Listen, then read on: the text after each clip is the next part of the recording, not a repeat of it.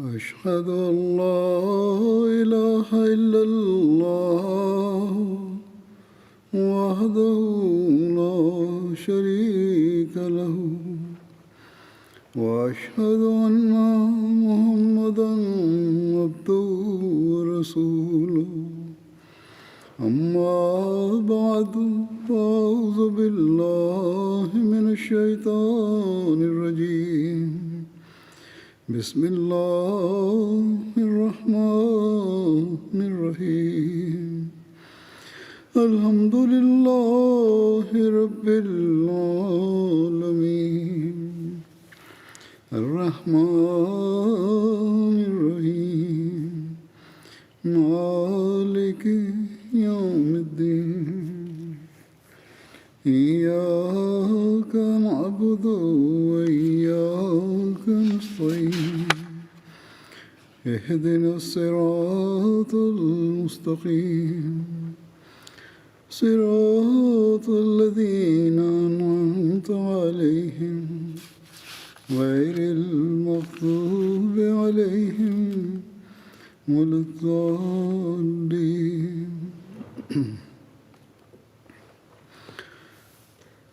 حضرت عمر رضی اللہ عنہ کا ذکر چل رہا تھا. اس ضمن میں آج مزید بیان کروں گا. زید بن اسلم سے روایت ہے کہ ان کے والد نے بیان کیا کہ میں ایک دفعہ حضرت عمر بن خطاب کے ساتھ حرہ واقم کی طرف گیا. یہ دو حروں کے درمیان جگہ ہے. حرہ سیاہ پتھریلی زمین کو کہتے ہیں. مدینہ کے مشرقی جانب حرہ واقع ہے جس کو حرہ بنو قریظہ بھی کہتے ہیں. دوسرا حرۃ الوبرا ہے جو مدینہ کے مغرب میں 3 میل کے فاصلے پر ہے. اور کہتے ہیں میں وہاں گیا. جب ہم سرار مقام پر پہنچے تو ایک جگہ آگ روشن تھی. سرار بھی مدینہ سے 3 میل کے فاصلے پر ہے. حضرت عمر نے فرمایا اے اسلم، میرا خیال ہے کہ یہ کوئی مسافر ہیں جن کو رات اور سردی نے روک رکھا ہے. ہمارے ساتھ آؤ. چنانچہ ہم تیز تیز چلتے ہوئے ان کے قریب پہنچے تو دیکھا کہ ایک عورت کے ساتھ اس کے کچھ بچے ہیں اور ایک ہنڈیا آگ پر چڑھی ہوئی ہے. اس کے بچے بھوک کی وجہ سے بلک بلک کر رو رہے تھے. حضرت عمر نے فرمایا السلام علیکم اے روشنی والو. آپ نے آگ والے کہنا پسند نہ کیا بلکہ روشنی والے کہا. اس خاتون نے وعلیکم السلام کہا. آپ نے فرمایا کیا میں قریب آ سکتا ہوں؟ اس عورت نے کہا خیر سے آؤ ورنہ واپس لوٹ جاؤ.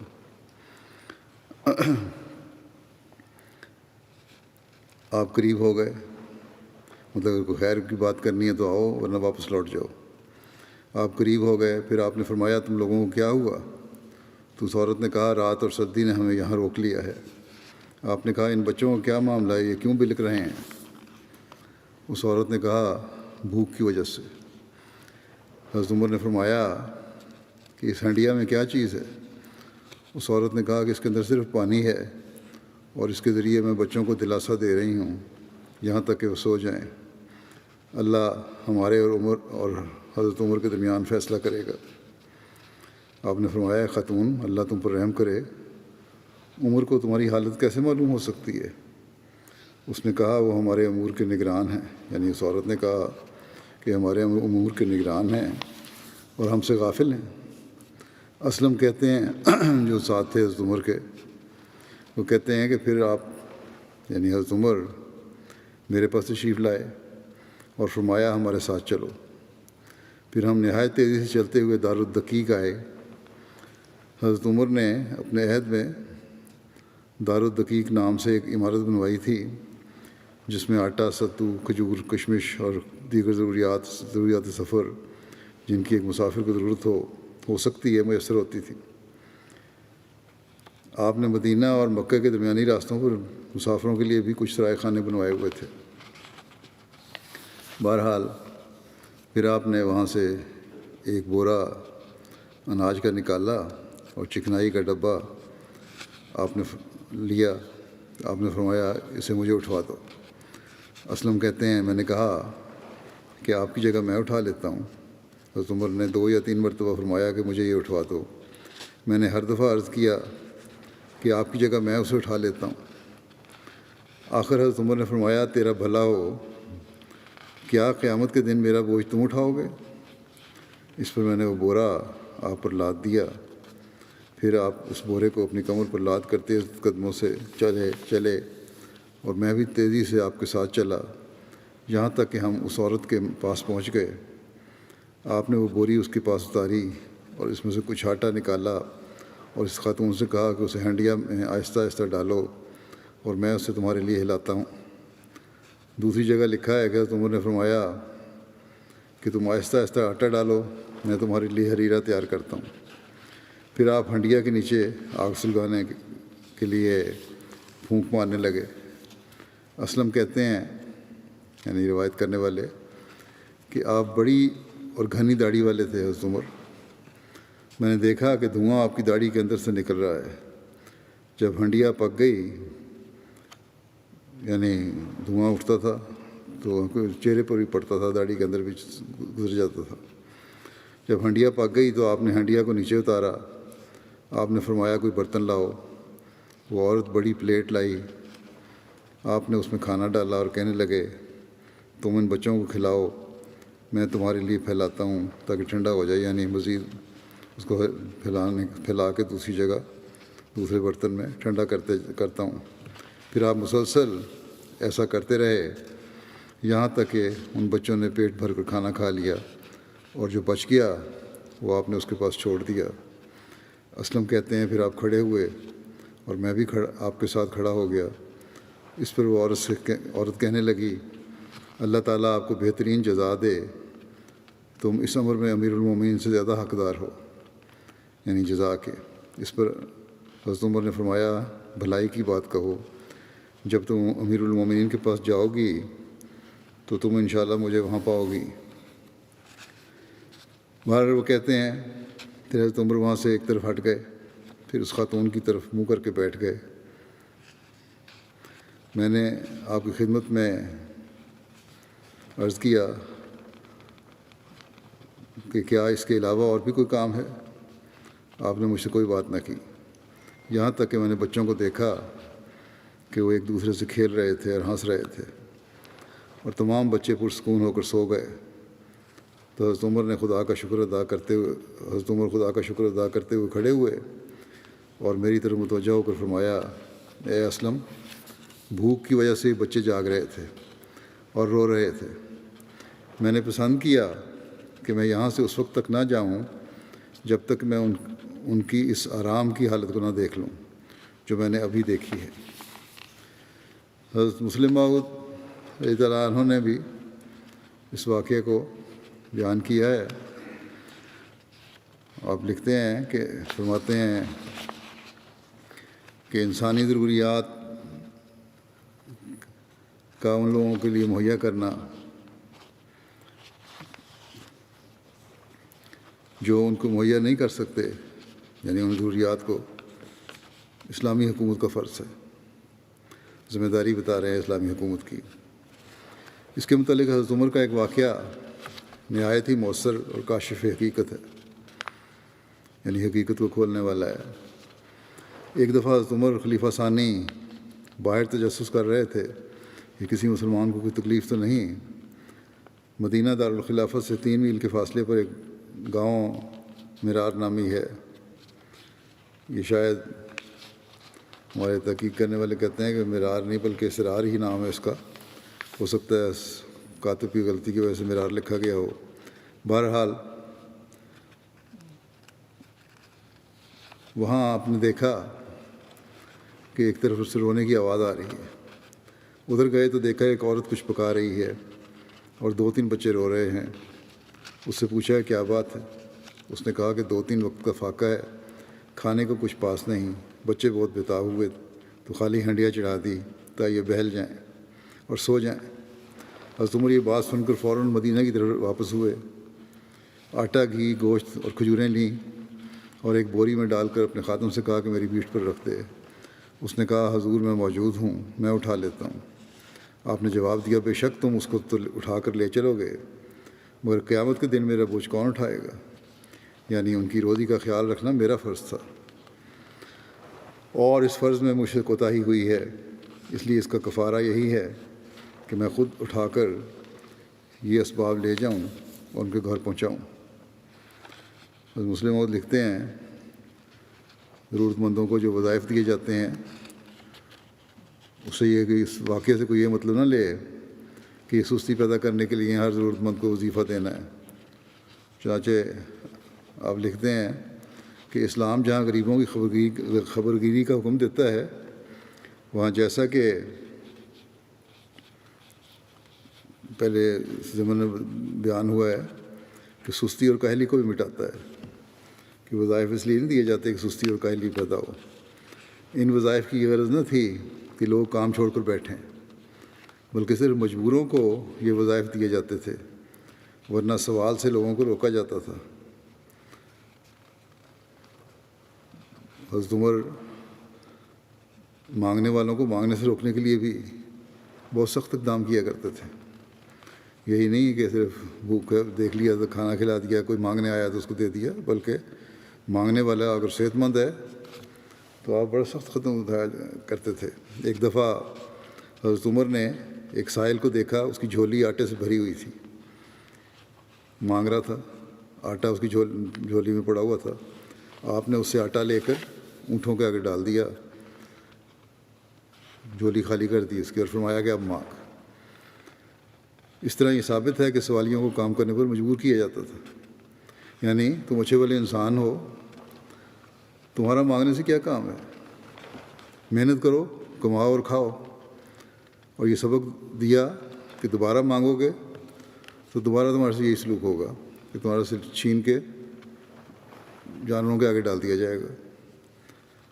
اکثر مانگنے والے یہ ایک مثال دے کر اس پر زور دیتے ہیں کہ دیکھو حضرت عمر کس طرح خیال رکھتے تھے، لیکن مانگنے سے جس سختی سے اسلام نے روکا ہے اس کو نہیں دیکھتے، اور اس پر بھی حضرت عمر کا حضرت صلی اللہ علیہ وسلم کا عمل بھی ہے، اور حضرت عمر نے پھر اس کو جاری کیا، اس کو نہیں دیکھتے۔ پھر اس واقعے کو ایک اور جگہ بیان فرماتے ہوئے حضرت عمر نے حضرت مسلم موعود نے یوں بیان فرمایا کہ حضرت عمر کو دیکھ لو، ان کے رعب اور دبدبہ سے ایک طرف دنیا کے بڑے بڑے بادشاہ کانپتے تھے، کیسر و کسریٰ کی حکومتیں تک لرزہ براندام تھیں، مگر دوسری طرف اندھیری رات میں ایک بدوی عورت کے بچوں کو بھوکا دیکھ کر عمر جیسا عظیم المرتبت انسان تلملا اٹھا، اور وہ اپنی پیٹھ پر آٹے کی بوری لاد کر اور گھی کا ڈبہ اپنے ہاتھ میں اٹھا کر ان کے پاس پہنچا، اور اس وقت تک واپس نہیں لوٹا جب تک کہ اس نے اپنے ہاتھ سے کھانا پکا کر ان بچوں کو نہ کھلا لیا اور اطمینان سے سو نہ گئے۔ پھر حضرت عمر کے آزاد کردہ غلام، یہی جن کا پہلے بھی ذکر ہوا ہے، اسلم، یہ کہتے ہیں کہ مدینے میں تاجروں کا ایک قافلہ آیا اور ان لوگوں نے عیدگاہ میں قیام کیا۔ حضرت عمر نے حضرت عبدالرحمن بن عوف سے فرمایا کیا تم پسند کرتے ہو کہ ہم رات کے وقت ان کا پہرا دیں؟ انہوں نے عرض کیا جی ہاں۔ چنانچہ آپ دونوں ساری رات ان کی حفاظت کرتے رہے اور عبادت کرتے رہے۔ حضرت عمر نے ایک بچے کے رونے کی آواز سنی تو آپ اس طرف گئے اور اس کی ماں سے کہا اللہ تعالیٰ کا خوف کرو اور اپنے بچے کا اچھی طرح خیال رکھو۔ یہ کہہ کر آپ واپسی تشریف لے آئے۔ آپ نے پھر اس کے رونے کی آواز سنی، یعنی واپس اس جگہ جہاں آپ حفاظت کے لیے بیٹھے ہوئے تھے سامان کی، اب آپ تشریف لے آئے۔ پھر اس کے رونے کی آواز سنی، اب دوبارہ اس کی ماں کی طرف گئے اور اس کو پھر پہلی بات کی طرح کہا اور اپنی جگہ واپس تشریف لے آئے۔ جب رات کا آخری وقت ہوا اور بچے کے رونے کی آواز سنی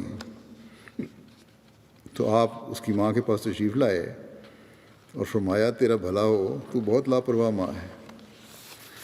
مجھے کیا ہے کہ میں دیکھتا ہوں کہ ساری رات رونے کی وجہ سے تمہارا بچہ بے چین رہا۔ اس نے کہا، اس عورت نے کہا کہ اے اللہ کے بندے، میں اس کو دودھ کے علاوہ دوسری خوراک کی طرف مائل کر رہی ہوں، لیکن وہ انکار کر دیتا ہے۔ بچہ کہتا ہے دودھ ہی دو مجھے۔ آپ نے پوچھا وہ کیوں؟ اس عورت نے کہا کیونکہ حضرت عمر انہی بچوں کا وظیفہ مقرر کرتے ہیں جن کا دودھ چھڑا دیا گیا ہو۔ آپ نے پوچھا تمہارے اس بچے کی عمر کتنی ہے؟ اس عورت نے کہا اتنے اور اتنے ماہ۔ حضرت عمر نے فرمایا تیرا بھلا ہو، دودھ چھڑانے میں اتنی جلدی نہ کر۔ پھر جب آپ نے لوگوں کو فجر کی نماز پڑھائی تو آپ کے رونے کی وجہ سے قرات لوگوں پر واضح نہیں ہو رہی تھی۔ حضرت عمر نے اپنے آپ سے کہا عمر کا برا ہو، اس نے کتنے ہی مسلمانوں کے بچوں کا خون کر دیا۔ پھر آپ نے منادی کرنے والے کو حکم دیا تو اس نے اعلان کیا کہ اپنے بچوں کو دودھ چھڑوانے میں جلدی نہ کرو، ہم اسلام میں یعنی جو بھی بچہ ہے اب ہر پیدا ہونے والے بچے کا وظیفہ مقرر کرتے ہیں، اور حضرت عمر نے سارے ممالک میں حکم بھجوا دیا۔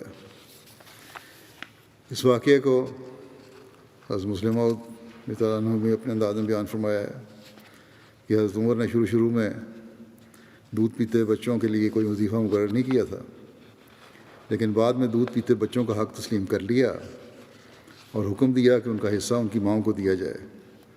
پہلے حضرت عمر یہ سمجھتے تھے کہ جب تک بچہ دودھ پیتا ہے وہ قوم کے وجود میں حصہ نہیں لیتا، اس کی ذمہ داری اس کی ماں پر ہے، پبلک پر نہیں ہے کہ بیت المال سے اس کو خرچ دیا جائے۔ لیکن ایک دفعہ حضرت عمر سیر کے لیے باہر تشریف لے گئے۔ شہر سے باہر ایک قافلہ بدمیوں کا اترا ہوا تھا۔ حضرت عمر نے ایک خیمے سے بچے کی رونے کی آواز سنی۔ بچہ چیخ رہا تھا اور ماں تھپک تھپک کر سلانے کی کوشش کر رہی تھی۔ جب کچھ مدت تک تھپکی دینے کے باوجود بچہ چپ نہ ہوا تو ماں نے بچے کو تھپڑ مار کر کہا رو عمر کی جان کو۔ حضرت عمر حیران ہوئے کہ اس بات سے میرا کیا تعلق ہے۔ حضرت عمر نے اس عورت سے خیمے میں داخل ہونے کی اجازت لی اور اندر جا کر اس عورت سے پوچھا بی بی کیا بات ہے؟ چونکہ وہ حضرت عمر کو پہچانتی نہ تھی اس لیے کہنے لگی بات کیا ہے؟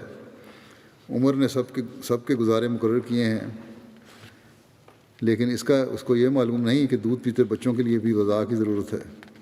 اب میرے پاس دودھ پورا نہیں اور میں نے اس کا دودھ چھڑا دیا ہے تا اس کا وظیفہ مقرر ہو جائے۔ حضرت عمر اسی وقت واپس آئے اور آپ نے خزانے سے آٹے کی بوری نکلوائی اور خود اٹھا کر چلنے لگے۔ وہ آدمی جو خزانے پر مقرر تھا وہ آگے بڑھے کہ ہم اٹھا کر لے چلتے ہیں۔ حضرت عمر نے ان سے کہا تم چھوڑ دو، میں خود اٹھا کر لے جاؤں گا۔ قیامت کے دن جب مجھے کوڑے لگیں گے تو کیا میری جگہ تم جواب دو گے؟ پتہ نہیں کہ اس طرح میرے ذریعے کتنے بچے مر گئے۔ اس کے بعد حضرت عمر نے یہ حکم دیا کہ دودھ پیتے بچوں کا بھی وظیفہ مقرر کیا جائے۔ حضرت مسیح موعود علیہ السلام فرماتے ہیں کہ حدیث میں عمار بن خزیمہ سے روایت ہے کہ حضرت عمر نے میرے باپ کو فرمایا کہ تجھے کس چیز نے اپنی زمین میں درخت لگانے سے منع کیا ہے؟ تو میرے باپ نے کہا وہ آگے مزید درخت نہیں لگا رہا تھا، اپنے باغ کو بڑھا نہیں رہا تھا، یا جو خراب پودے تھے ان کی جگہ نئے پودے نہیں لگا رہا تھا۔ تو میرے باپ نے جواب دیا کہ میں بوڑھا ہو چکا ہوں، کل مر جاؤں گا، مجھے کیا فائدہ ہے اس کا؟ بس اس کو حضرت عمر نے فرمایا کہ تجھ پر ضرور ہے کہ درخت لگائے، یہ کوئی دلیل نہیں ہے، یہ لازمی طور پہ تم نے درخت لگانے ہیں۔ پھر میں نے کہتے ہیں دیکھا حضرت عمر کو کہ خود میرے باپ کے ساتھ مل کر ہماری زمین میں درخت لگاتے تھے۔ حضرت مسیح علیہ السلام نے یہ واقعہ سستی اور کسل مندی سے بچنے کے ضمن میں بھی بیان فرمایا ہے، اور یہ بھی کہ پچھلی نسل کے پودوں کے پھل تم کھا رہے ہو، لگائے ہوئے پودے، تو اگلی نسل کے لیے بھی چھوڑ کے جاؤ۔ حضرت مسلم موعود فرماتے ہیں کہ حضرت عمر رضی اللہ عنہ رات کو دورہ کیا کرتے تھے۔ ایک دفعہ رات کو شہر میں پھر رہے تھے تو آپ نے ایک عورت کو سنا کہ وہ عشقیہ شعر پڑھ رہی ہے۔ آپ نے دن کو تحقیقات کی تو معلوم ہوا کہ اس کا خامد مدت سے باہر رہتا ہے، فوج میں گیا ہوا باہر۔ آپ نے پھر یہ حکم دیا، اس کے بعد آپ نے حکم دیا کہ کوئی سپاہی 4 ماہ سے زیادہ باہر نہ رہے۔ اگر کوئی سپاہی زیادہ مدت تک باہر رہنا چاہتا ہو تو اپنی بیوی کو بھی اپنے ساتھ رکھے، ورنہ 4 ماہ کے بعد اسے فوج کا افسر مجبوراً واپس گھر بھیج دے۔ اس کی تفصیل میں ایک جگہ یہ بھی بیان ہوا ہے کہ حضرت عمر نے فرمایا کہ تم نے کوئی برائی کا ارادہ تو نہیں کیا؟ اس عورت سے پوچھا. یہ شعر پڑھ رہی تھی، اس کے سن کے شعر. اس عورت نے کہا کہ اللہ کی پناہ. حضرت عمر نے فرمایا کہ اپنے آپ پر، اس عورت کو فرمایا کہ اپنے آپ پر قابو رکھو، اس کی طرف ابھی خط روانہ کر رہا ہوں میں، یعنی تمہارے خاوند کی طرف میں ابھی خط روانہ کر رہا ہوں. چنانچہ آپ نے اس کی طرف قاصد کو بھجوایا تاکہ اس کو واپس بلایا جائے. پھر آپ نے مزید تحقیق کی اور پھر جیسا کہ بیان ہو چکا ہے کہ 4 مہینے کا زیادہ سے زیادہ عرصہ رکھا کہ اس عرصے سے زیادہ خاوند باہر نہ رہے یا پھر بیوی بچے ساتھ ہوں. اسلم بیان کرتے ہیں، وہی ان کے آزاد کردہ غلام حضرت عمر کے، کہ ایک رات میں حضرت عمر کے ساتھ مدینہ کے بیرونی حصے میں گیا تو ہمیں ایک خیمہ نظر آیا. ہم نے اس خیمے کی طرف جانے کا ارادہ کیا تو کیا دیکھتے ہیں کہ اس خیمے میں ایک عورت درد ذیل میں مبتلا ہے اور رو رہی ہے. حضرت عمر نے اس سے اس کا حال دریافت فرمایا تو اس نے عرض کیا، میں ایک مسافر پردیسی عورت ہوں اور میرے پاس کچھ نہیں ہے. اس پر حضرت عمر رو پڑے اور تیزی سے اپنے گھر واپس لوٹے اور اپنی اہلیہ حضرت ام کلثوم بنت علی سے فرمایا، کیا تم اجر حاصل کرنا چاہتی ہو جو اللہ تمہارے پاس لایا ہے؟ آپ نے ساری بات ان کو بتائی. اس پر انہوں نے کہا، جی ضرور. پھر حضرت عمر نے اپنی پشت پر آٹا اور چربی اٹھائی اور حضرت ام کلثوم نے زچگی کی ضرورت کا سامان اٹھایا اور وہ دونوں آئے. حضرت ام کلثوم اس عورت کے پاس گئیں اور حضرت عمر اس عورت کے خامد کے ساتھ بیٹھ گئے. وہ خامدی وہاں موجود تھا، وہ آپ کو نہیں پہچانتا تھا. آپ اس کے ساتھ گفتگو کرنے لگے. اس عورت نے لڑکے کو جنم دیا. حضرت ام کلثوم نے عرض کی، حضرت عمر کو آگے بتایا کہ اے امیر المومنین، اپنے ساتھی کو لڑکے کی خوشخبری دے دیں، یعنی وہ جو خامد ہے اس عورت کا، اس کو خوشخبری دے دیں کہ لڑکا پیدا ہوا ہے. جب اس شخص نے حضرت ام کلثوم سے کی یہ بات سنی تو اس کا احساس ہوا، اس کو تو نہیں پتہ تھا کس کے ساتھ بیٹھا ہے، کہ وہ کتنے عظیم شخص کے ساتھ بیٹھا ہوا تھا، اور وہ حضرت عمر سے معذرت کرنے لگا. حضرت عمر نے فرمایا، کوئی بات نہیں. پھر آپ نے ان کو خرچ اور ضرورت کا سامان پہنچایا اور واپس تشریف لے آئے. سعید بن مسیب اور ابو سلمہ بن عبد الرحمن نے بیان کیا کہ اللہ کی قسم، حضرت عمر نے جو کچھ کہا اس کو پورا کر دیا. سختی کرنے کے مواقع پر سختی میں اور نرمی کے مواقع پر نرمی میں بڑھ گئے، اور وہ لوگوں کے بال بچوں کے باپ بن گئے. یہاں تک کہ ان عورتوں کے پاس جاتے جن کے شوہر باہر گئے ہوئے تھے، ان کے دروازوں پر پہنچ کر ان کو سلام کرتے، پھر کہتے کہ کیا تمہاری کوئی ضرورت ہے؟ جب تم کوئی ضرورت کی چیز منگوانا چاہو تو میں وہ چیز تمہیں بازار سے خرید کر لا دوں. مجھے یہ ناپسند ہے کہ خرید و فروخت میں تمہیں دھوکہ دیا جائے. تو وہ عورتیں آپ کے ساتھ اپنی بچیوں کو بھیج دیتی تھیں یا بچوں کو بھی. آپ بازار میں اس طرح جاتے کہ آپ کے پیچھے لوگوں کی بچیاں اور بچے اتنے ہوتے کہ ان کا شمار مشکل ہوتا. پھر آپ ہر ایک کے لیے ان کی ضرورت کی چیزیں خریدتے، اور جن عورتوں کا کوئی بچہ نہ ہوتا تو اس کے لیے خود خریداری کرتے.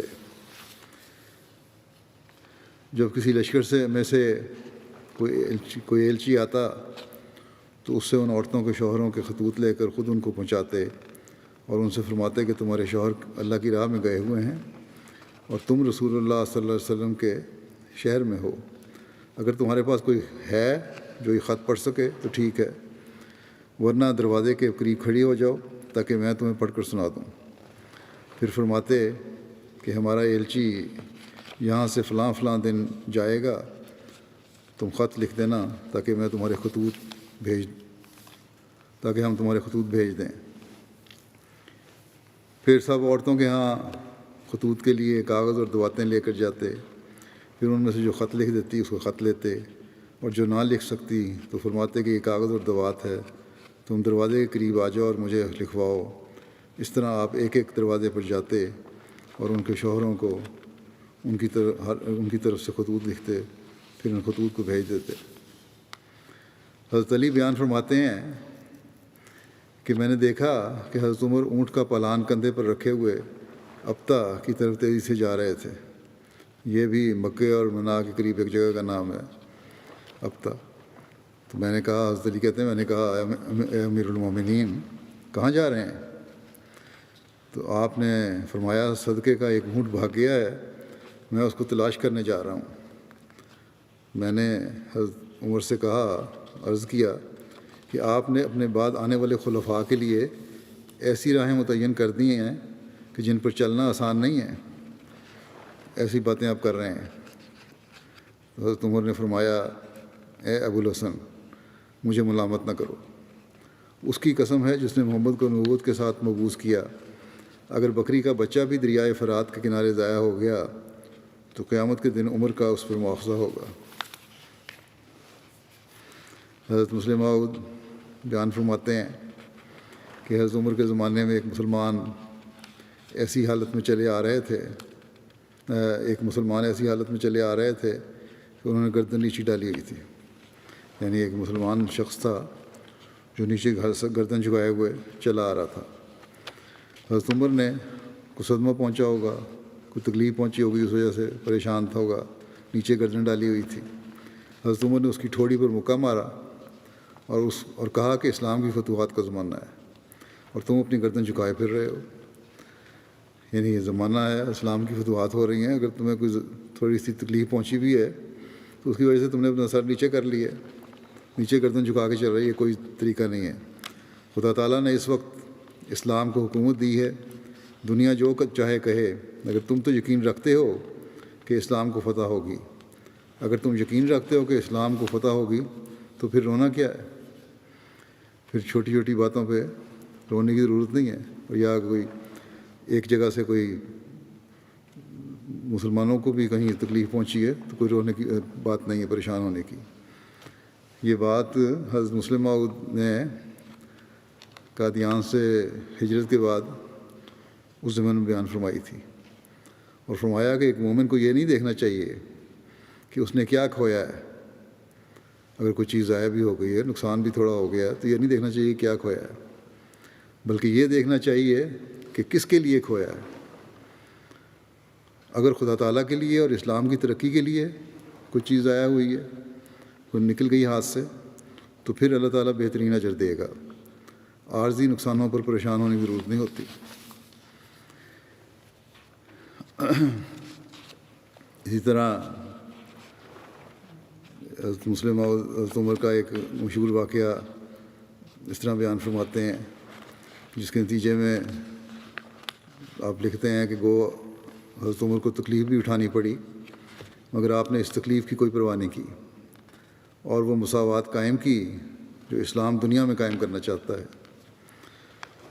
وہ واقعہ یہ ہے کہ جبلہ بن اہم ایک بہت بڑے عیسائی قبیلے کا سردار تھا۔ جب شام کی طرف مسلمانوں نے حملے شروع کیے تو یہ اپنے قبیلے سمیت مسلمان ہو گیا اور حج کے لیے چل پڑا۔ حج میں ایک جگہ بہت بڑا ہجوم تھا، اتفاقاً کسی مسلمان کا پاؤں اس کے پاؤں پر پڑ گیا۔ بعض روایتوں میں ہے کہ اس کا پاؤں اس کے جبے کے دامن پر پڑ گیا۔ چونکہ وہ اپنے آپ کو ایک بادشاہ سمجھتا تھا اور خیال کرتا تھا کہ میری قوم کے 60,000 آدمی میرے تابع فرمان ہیں، بلکہ بعض تاریخوں میں سے پتہ چلتا ہے کہ 60,000 محض اس کے سپاہیوں کی تعداد تھی۔ بہرحال جب ایک ننگ دھڑنگ مسلمان کا پیر اس کے پیر پر آ پڑا تو اس نے غصے میں آ کر زور سے اسے تھپڑ مار دیا اور کہا، تو میری حد تک کرتا ہے؟ تو جانتا نہیں کہ میں کون ہوں؟ تو یہ عدد سے پیچھے ہٹنا چاہیے تھا، تو انہیں گستاخانہ طور پر میرے پاؤں پر اپنا پاؤں رکھ دیا۔ وہ مسلمان تو تھپڑ کھا کر خاموش ہو رہا، مگر ایک اور مسلمان بول پڑا کہ تجھے پتہ ہے کہ جس مذہب میں تو داخل ہوا ہے وہ اسلام ہے، اور اسلام میں چھوٹے بڑے کا کوئی امتیاز نہیں، بالخصوص اس گھر میں، یعنی خانہ کعبہ کے جب تم طواف کر رہے ہو، امیر اور غریب میں کوئی فرق نہیں سمجھا جاتا۔ اس نے کہا، میں اس کی پرواہ نہیں کرتا۔ اس مسلمان نے کہا کہ عمر کے پاس تمہاری شکایت ہو گئی تو وہ اس مسلمان کا بدلہ تم سے لیں گے۔ جبلہ بن اہم نے جب سنا تو آگ بگولا ہو گیا اور کہنے لگا کہ کیا کوئی شخص ہے جو جبلہ بن اہم کے منہ پر تھپڑ مارے؟ اس نے کہا کہ کسی اور کا تو مجھے پتہ نہیں، مگر عمر تو ایسے ہی ہیں۔ یہ سن کر اس نے جلدی سے طواف کیا اور سیدھا حضرت عمر کی مجلس میں پہنچا اور پوچھا کہ اگر کوئی بڑا آدمی کسی چھوٹے آدمی کو تھپڑ مار دے تو آپ کیا کرتے ہیں، کیا کیا کرتے ہیں؟ انہوں نے فرمایا کہ یہی کرتے ہیں کہ اس کے منہ پر اس چھوٹے شخص سے تھپڑ مرواتے ہیں۔ وہ کہنے لگا کہ آپ میرا مطلب سمجھے نہیں، میرا مطلب یہ ہے کہ اگر کوئی بہت بڑا آدمی تھپڑ مار دے تو پھر آپ کیا کرتے ہیں؟ آپ نے فرمایا اسلام میں چھوٹے بڑے کا کوئی امتیاز نہیں ہے۔ پھر آپ نے کہا جبلہ تم ہی تو یہ غلطی نہیں کر بیٹھے؟ اس پر اس نے جھوٹ بول دیا اور کہا کہ میں نے کسی کو تھپڑ نہیں مارا، میں نے تو صرف ایک بات پوچھی ہے۔ مگر وہ اسی وقت مجلس سے اٹھا اور اپنے ساتھیوں کو لے کر اپنے ملک کی طرف بھاگ گیا اور اپنی قوم سمیت مرتد ہو گیا اور مسلمانوں کے خلاف رومی جنگ میں شامل ہوا، لیکن حضرت عمر نے اس کی پرواہ نہیں کی۔ یہ وہ مساوات تھی جو اسلامی حکومت نے قائم کی، اور آج اسلامی حکومتوں کے لیے بھی یہ سبق ہے۔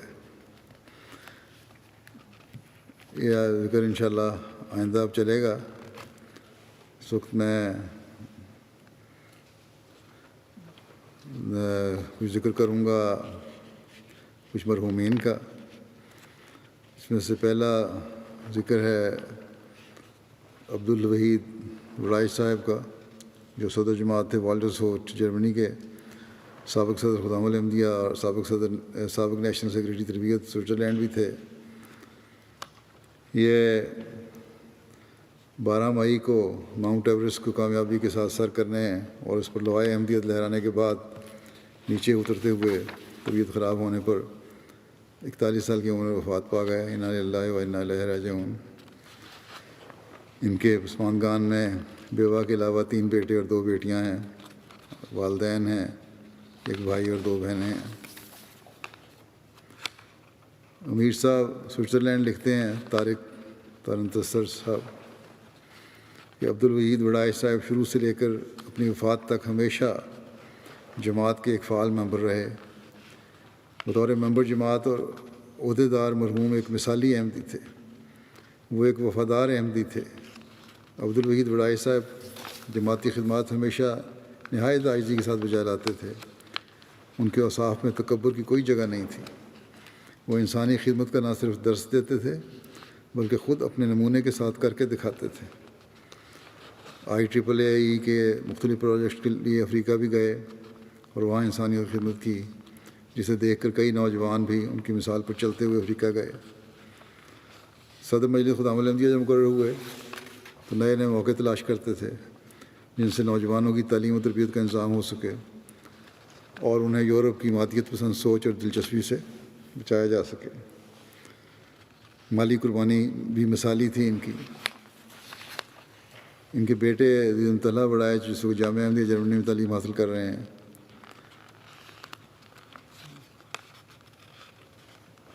اور یہی امیر صاحب لکھتے ہیں کہ تربیت بھی بڑی اچھی کی اور اسی کا نتیجہ ہے کہ جامعہ میں پڑھ رہا ہے ان کا بچہ۔ اختصار کے ساتھ اگر کہا جائے تو عبدالوحید وڑائچ صاحب مرحوم حقوق اللہ اور حقوق العباد ادا کرنے والے ایک مثالی احمدی تھے۔ غیر از جماعت احباب نے بھی ان کے وفات پر افسوس کا اظہار کیا۔ مسٹر اسٹیفن لاٹ لکھتے ہیں کہ وحید وڑائچ صاحب کے ساتھ کئی سال سوئس کام کمپنی میں کام کیا۔ یہ سوئٹزرلینڈ کی سب سے بڑی ٹیلی کمیونیکیشن کمپنی ہے اور تقریباً 1 سال ان کے ساتھ ان کی ٹیم میں کام کرتا رہا ہوں۔ میں ان کی صرف ان کی فیلڈ میں قابلیت کی وجہ سے قدر نہیں کرتا تھا بلکہ خاص طور پر ان کے طرز عمل کی وجہ سے۔ وحید وڑائچ صاحب ہمیشہ خوش اخلاقی سے پیش آتے، وہ دوسروں کی مدد کرنے والے دیانتدار اور قابل اعتماد شخصیت کے مالک تھے۔ مجھے ان سے کام سے ہٹ کر بھی گفتگو کرنا بہت پسند تھا۔ ربی صاحب لکھتے ہیں کہ موصوف نہایت اعلیٰ اوصاف کے مالک تھے، خلافت سے عشق تھا، باقاعدگی سے نماز جمعہ مسجد میں ادا کرتے اور باقی نمازیں بھی مسجد میں ادا کرنے کی کوشش کرتے، تہجد گزار تھے۔ نیشنل سیکرٹری مال ہیں ان کے، رضوان صاحب، کہتے ہیں کہ مائیکروسافٹ کمپنی کی سوئٹزرلینڈ برانچ میں سافٹ ویئر انجینئر کے طور پر جاب کر رہے تھے، تو ایک دفعہ مجھے کہنے لگے کہ مائیکروسافٹ سوئٹزرلینڈ کی برانچ ختم کر کے سلیکان ویلی لے جا رہے ہیں، اور انہوں نے مجھے آفر دیا کہ ہمارے ساتھ چلیں، وہ ساری سہولتیں مہیا ہوں گی اور تنخواہ بھی بڑھ جائے گی، اور سوئٹزرلینڈ سے آپ کا سامان ہوا ہم سب کچھ ہم منتقل کریں گے۔ تو آپ نے بتایا کہ میں نے انہیں انکار کر دیا، کیونکہ میرے ذمہ یہاں جماعتی خدمات ہیں، ان کو چھوڑنا نہیں چاہتا میں کہ میں یہاں سے انکار کر دوں اور چلا جاؤں گا۔ پھر اس کے بعد کچھ دنوں کے بعد ہم نے بتایا کہ اللہ تعالیٰ کی فضل سے اس برانچ کو سوئٹزرلینڈ کی بڑی کمپنی سوئس قوم نے خرید لیا ہے، اور کہنے لگے کہ وہ تو مجھے وہاں لے جا رہے تھے، لیکن اللہ تعالیٰ نے یہاں انتظام کر دیا، اور نہ صرف یہاں بلکہ اللہ کا ایسا فضل ہوا ہے کہ میری جو یہاں تنخواہ ہے وہ اپنے باس سے بھی زیادہ ہے۔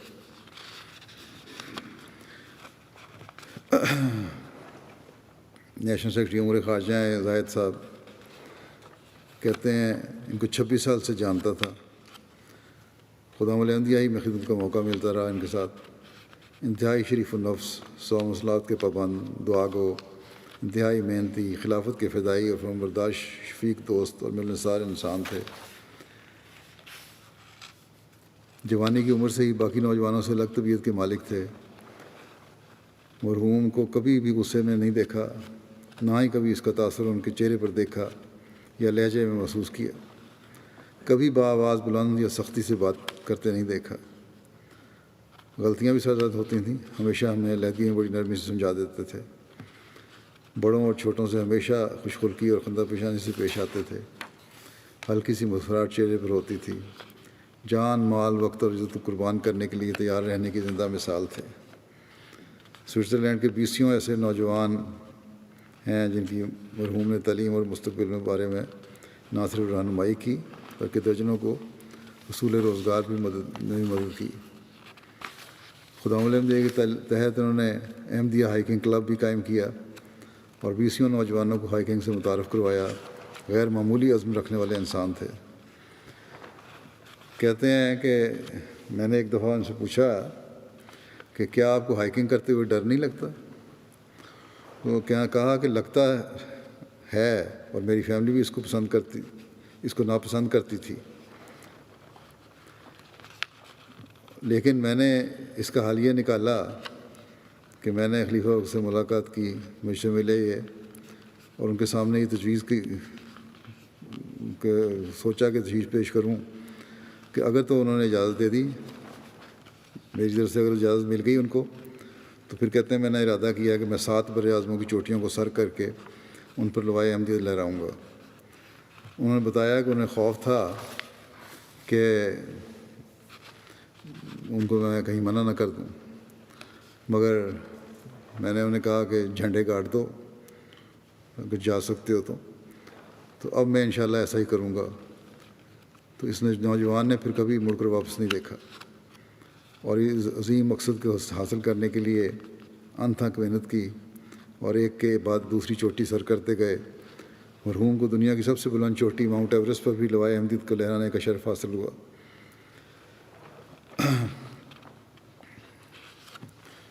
یہ لکھنے والے لکھتے ہیں کہ خاکسار کو یہ علم تو نہیں کہ ان کی موت شہادت کھلائی جا سکتی ہے یا نہیں، لیکن اپنے مشاہدے سے کہہ سکتا ہوں کہ مرحوم میں وہ جذبہ ایمان تھا جو ایسے نیک لوگوں کو ہی حاصل ہوتا ہے جو شہادت کے طلبگار ہوں۔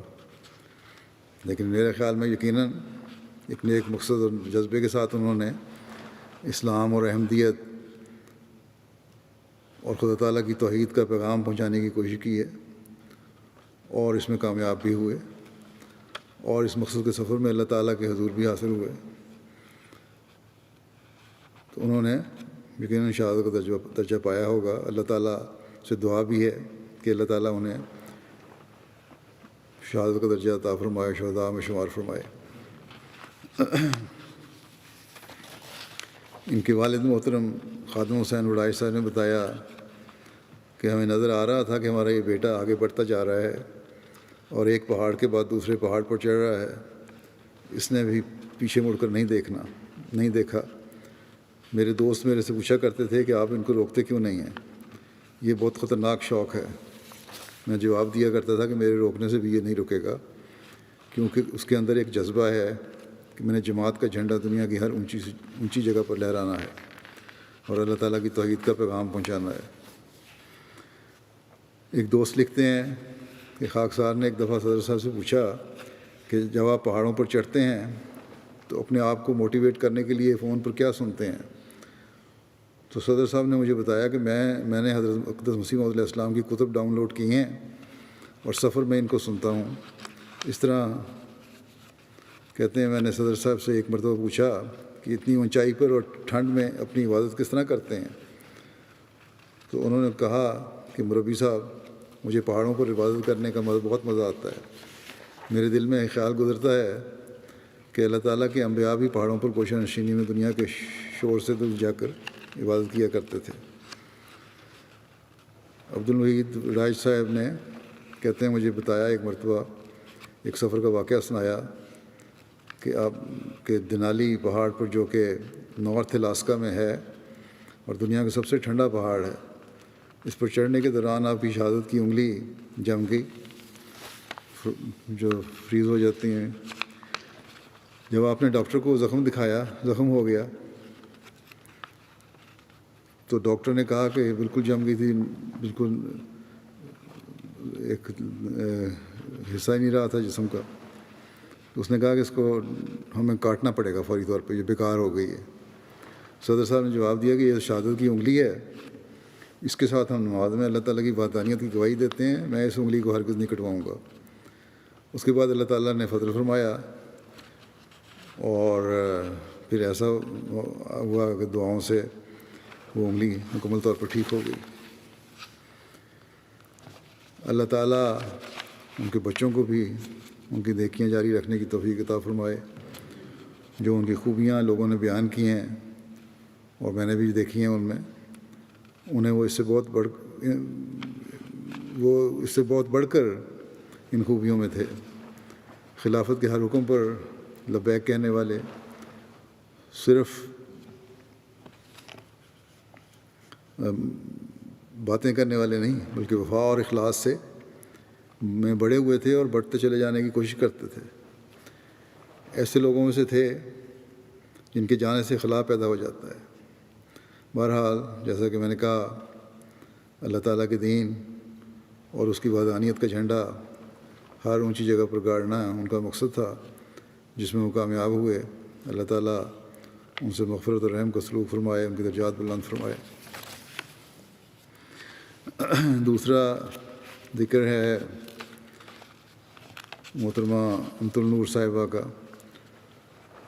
جو ڈاکٹر عبدالمالک شمیم صاحب کی اہلیہ تھیں اور صاحبزادی امت الرشید بیگم اور میاں عبدالرحمن صاحب کی بیٹی تھیں۔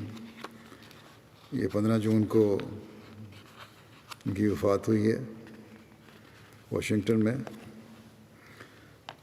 انا للہ و انا الیہ راجعون۔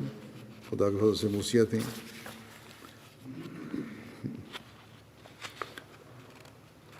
آپ حضرت اقدس مسیح علیہ السلام کی پڑنواسی اور اسی طرح ننیال کی طرف سے حضرت خلیفۃ مسیح اول کی پڑنواسی بھی تھیں۔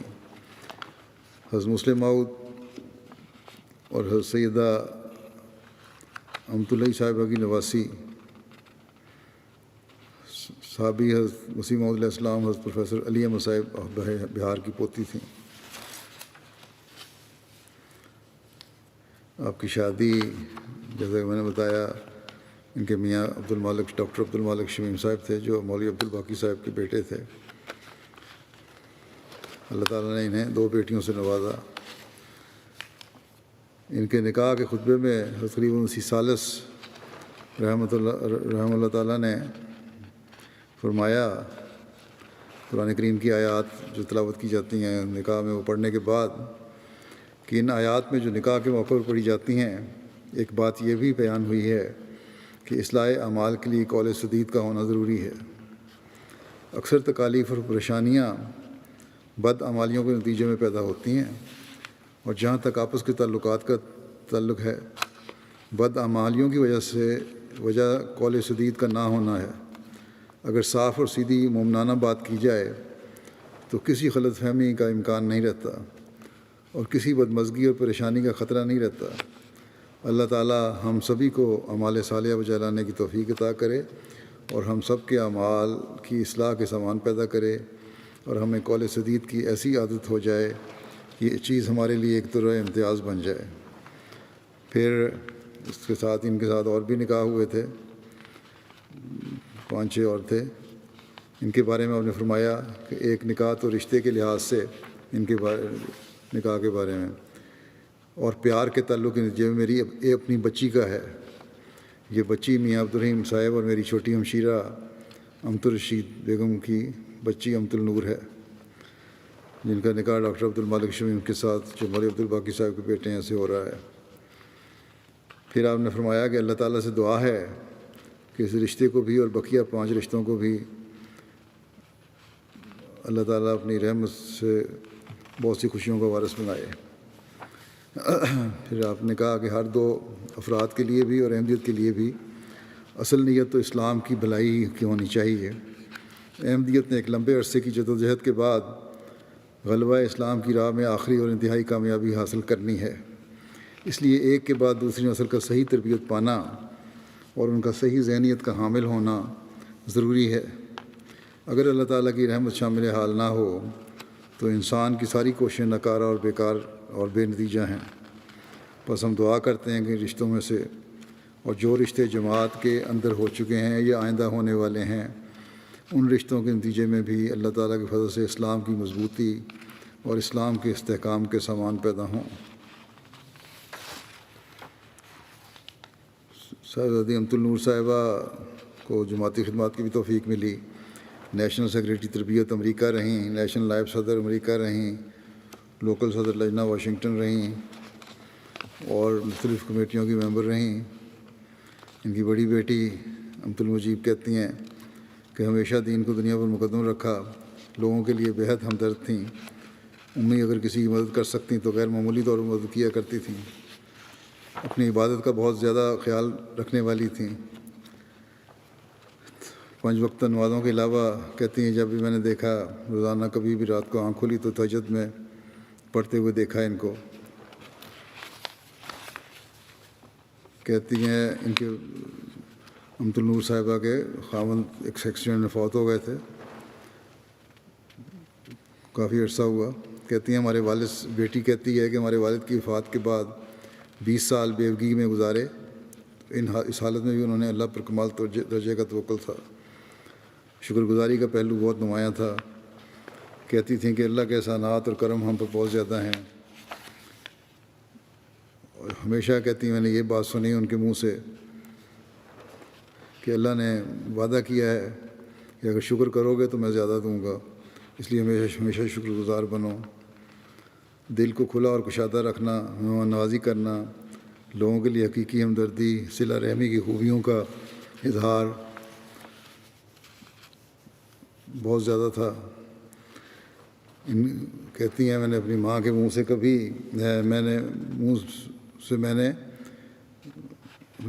سے میں نے بے شمار دفعہ حضرت مسیح علیہ السلام کا یہ جملہ سنا ہے کہ صلہ رحمی یہ نہیں ہے کہ کوئی تم سے صلہ رحمی کرے تو تم صلہ رحمی کرو، صلہ رحمی یہ ہے کہ تم سے قطع رحمی کرے اور تم اس سے صلہ رحمی کرو۔ اپنے ہر رشتے اور تعلق میں نے اس میں یہ خوبی دیکھی ہے جو ہر کسی میں خوبی ڈھونڈتی تھی۔ رحمی رشتوں، جماعت کے لوگوں کا بھی اور ہمسایوں کا بھی خیال رکھنے والی تھیں۔ کوئی مہمان نیا مسجد میں آتا اسے ڈھونڈتی تھیں اور پھر اس کے ساتھ بیٹھ کے باتیں کرتی تھیں اور اس کو خوش آمدید کہتی تھیں۔ بے شمار لوگوں نے کہا ہے کہ وہ محبت کرنے والا وجود تھا۔ ان کی دوسری بیٹی نے بھی لکھا ہے کہ جماعت کے لوگوں کو خاص طور پر نوآبائین کے ساتھ بہت زیادہ محبت کا تعلق تھا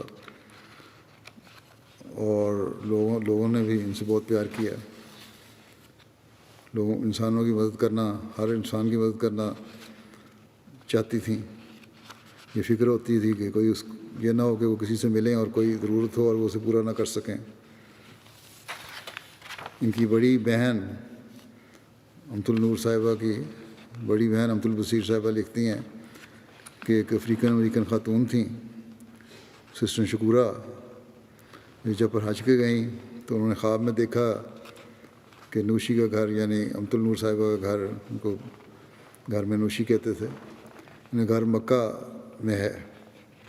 جب سسٹر شکورہ ان کے پاس آ گئیں تو انہوں نے کہا کہ آپ کی خدمت جو میں کر رہی ہوں اس سے یہی مراد ہے کہ آپ میرے پاس آ گئی ہیں۔ 18 سال یہ نوشی کے پاس رہیں۔ ان کی بیان لکھتی ہیں امت البصیر صاحبہ کہ 18 سال سسٹر شکورہ جو افریقن امریکن تھیں نوشی کے پاس رہیں۔ 8 سال تو بالکل ہی بستر پر تھیں، نظر بھی چلی گئی تھی، اور نوشی نے بہت ہی خیال رکھا، نمازیں بھی ان کو پڑھاتی تھیں کیونکہ وہ بھول جاتی تھیں۔ میں نے بھی دیکھا ہے کہ سسٹر شکورہ کو بڑا خیال رکھتی تھیں۔ جب میں امریکہ گیا ہوں تو خود ویل چیئر پر بٹھا کر انہیں میرے سے ملانے کے لیے بھی لے کے آئی ہیں، اور سسٹر شکورہ بھی ان کی خدمت کی بڑی شکر گزار تھیں۔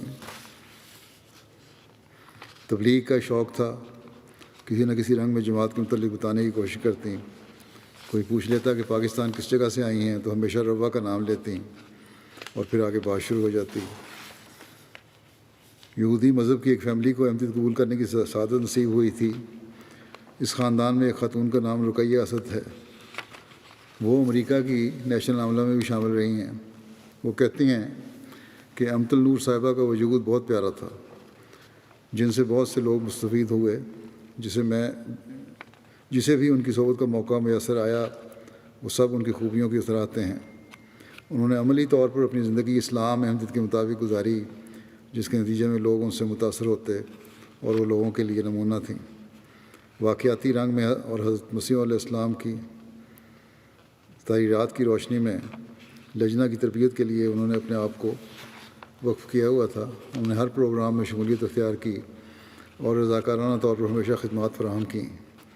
صبر، استقامت اور عزم کے ساتھ اپنی مشکلات اور پریشانیوں کا سامنا کیا، اور اس حوالے سے وہ دوسروں کے لیے نمونہ تھیں۔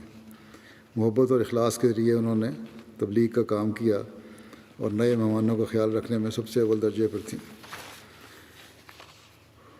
نوجوان عورتوں اور بوڑھی خواتین دونوں کے لیے اچھا نمونہ تھیں۔ جیسے جیسے میں عمر رسیدہ ہو رہی ہوں، یہ لکھتی ہیں خاتون، ویسے ویسے ان کی عزت میرے دل میں بڑھتی جا رہی ہے۔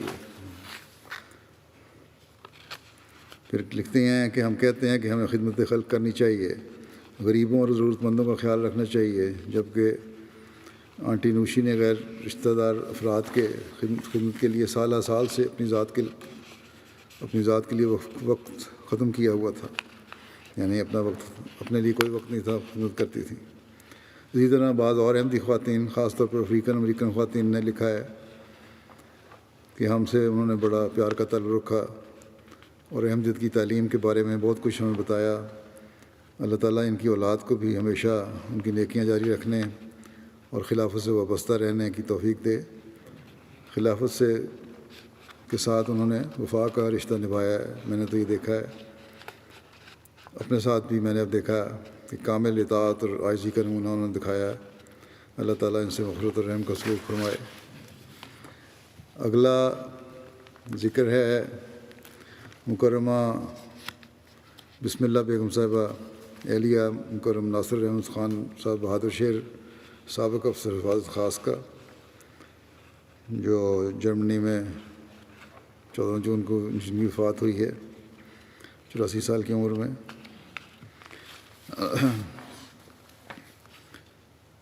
ان کے خاندان میں احمدیت ان کے والد حضرت چودھری مظہر الحق خان صاحب کاٹگڑی کے ذریعے آئی تھی۔ قادیان کے بورڈنگ اسکول میں انہیں کام کرنے کی سعادت نصیب ہوئی، اور حضرت مسیح موعود علیہ السلام نے انہیں اپنا ایک کرتا بطور تبرک عنایت فرمایا تھا۔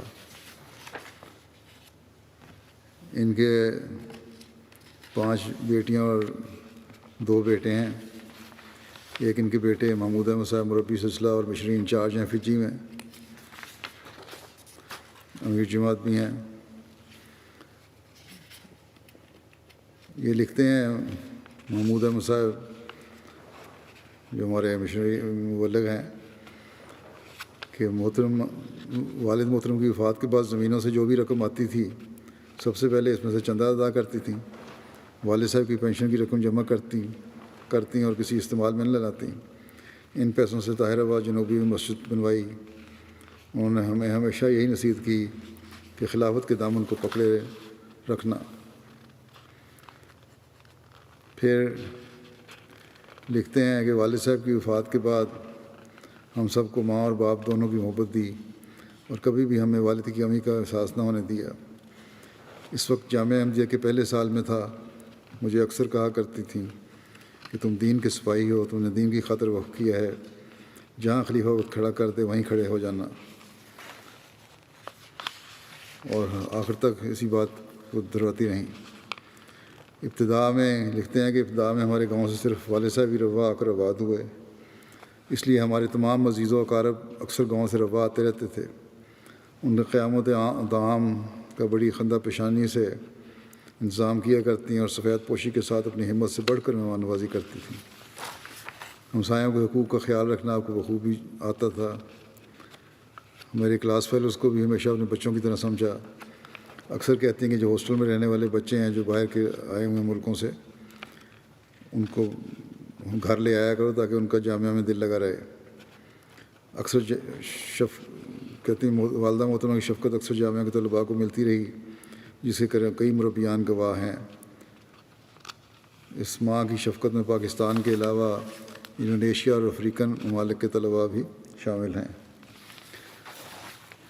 کہتے ہیں کہ ان کے پاس جتنے پیسے ہوتے وہ بانٹ دیتی تھیں یا چندہ میں دے دیتی تھیں، اور کسی میں ہمت نہ تھی کہ ان سے کہہ سکے کچھ اپنے پاس بھی رکھیں۔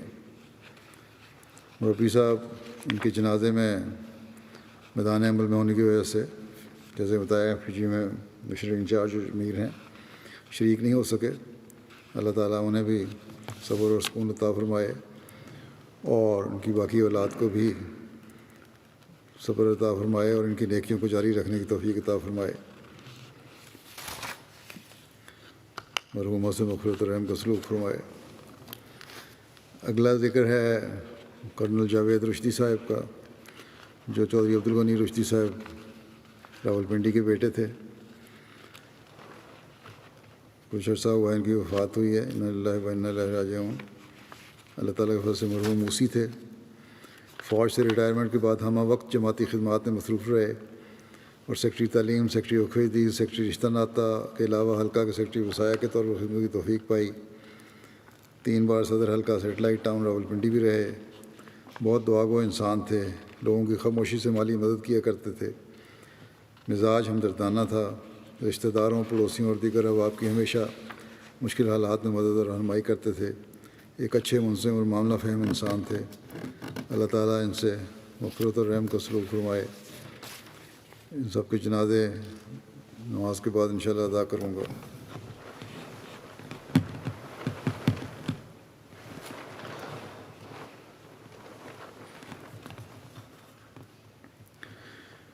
الحمد للہ